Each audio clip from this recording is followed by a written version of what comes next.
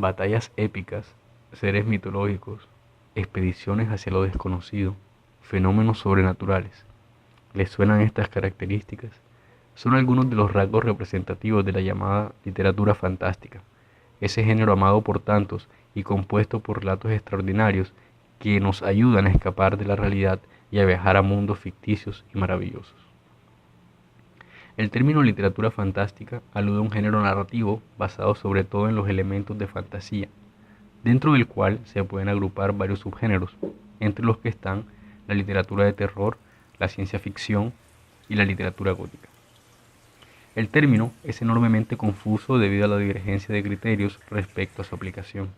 Se conoce como literatura fantástica a cualquier relato en que participan fenómenos sobrenaturales y extraordinarios, como la magia o la intervención de criaturas inexistentes. Esta definición resulta ineficaz debido a que los elementos sobrenaturales están presentes en todos los relatos mitológicos y religiosos, y su presencia tiene un carácter muy distinto del que posee la civilización actual.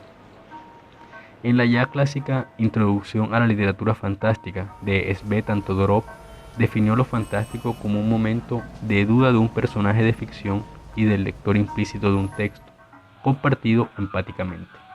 Los límites de la ficción fantástica estarían marcados entonces por el amplio espacio de lo maravilloso, en donde se descarta el funcionamiento racional del mundo, y lo extraño o lo fantástico explicado, en el que los elementos perturbadores son reducidos a meros eventos infrecuentes pero explicables.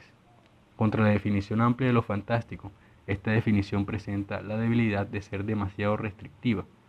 Se han puesto diferentes reformulaciones teóricas que intentan rescatar el núcleo de esta definición con diversas salvedades. Otra definición posible con criterios históricos sostiene que la literatura fantástica se define en el seno de una cultura laica, que no atribuye un origen divino y por tanto sobrenatural a los fenómenos conocidos, sino que persigue una explicación racional y científica. En esta situación, el relato fantástico introduce un elemento sobrenatural discordante con el orden natural, que produce inquietud en el lector. El elemento sobrenatural no solo sorprende y atemoriza por ser desconocido, sino que abre una fisura en todo el sistema epistemológico de su mundo, susceptible a dar cabida a toda clase de sucesos insólitos y monstruosos. En ocasiones, este género nos ofrece un relato basado en hechos insólitos en el que al analizarlos se escapan de la realidad.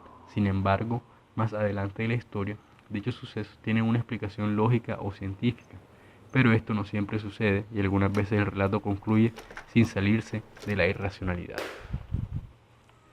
La literatura fantástica puede también presentarnos un objeto o un personaje tomado de la realidad realizando acciones que en un entorno real serían descabellados o imposibles.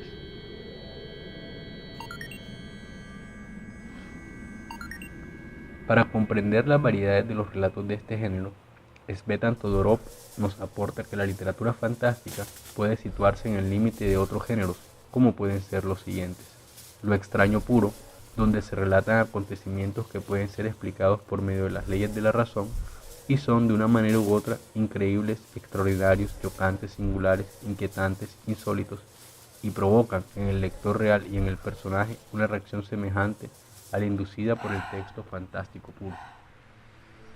Lo fantástico extraño, donde los elementos que a lo largo del relato parecen sobrenaturales reciben finalmente una explicación racional.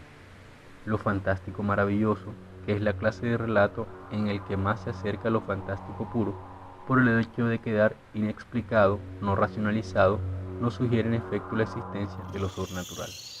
Lo maravilloso puro, en este caso los elementos sobrenaturales, no provocan ninguna reacción particular en los personajes ni en el lector implícito, pero sí en el lector real.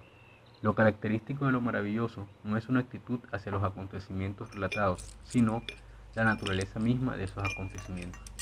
Por su parte, Italo Calvino ha propuesto una subdivisión del género fantástico en fantástico visionario, con elementos sobrenaturales como fantasmas, monstruos, que incluye como subgéneros a la ciencia ficción, el terror y la narrativa gótica, y el fantástico mental o cotidiano, donde lo sobrenatural se realiza todo en la misma dimensión interior. En este sentido, puede hablarse de una literatura fantástica o de fantasía desde los comienzos del hombre, en que se recitaban versos propiciatorios de carácter sagrado o épico, para pedir la benevolencia de los dioses o celebrar las gestas de los guerreros.